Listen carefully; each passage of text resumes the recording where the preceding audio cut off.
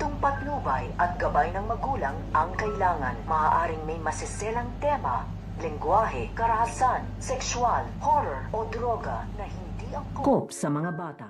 So ito nga si Apo Berta ay gagawin na dito ang lahat ng kanyang makakaya upang makabalik na nga ito nga si Tara sa kanyang tunay na katawan. At dahil lumapit na nga rin ito nga si Darius dito nga kay Apo Berta, ay makakabalik na nga ito nga si Apo Berta dito nga sa bahay nito nga ni Mamita. Dahil nung huli nga sila nagkita dito ay pinagtabuyan nga nito nga ni Darius ito nga si Apo Berta at wag na nga daw itong babalik at magpapakita dito nga daw sa kanyang pamilya. At ngayon nga ay muli nga nagkita ito nga si Apo Berta at ito nga si Darius at nakikiusap nga ito nga si Darius dito nga kay Apo Berta na kung pwede nga daw ba siyang pumunta dito nga daw sa bahay nito nga daw ni Mamita dahil gusto nga daw siya itong makita at makausap. At mababanggit nga rin nito nga ni Apo Berta dito nga kay Darius na nagkita at nagkausap na nga daw sila nito nga daw ni Tara at balak na nga rin doon niya magtuho dito nga daw sa bahay nito nga daw ni Mamita dahil gusto nga niya itong kamustahin. So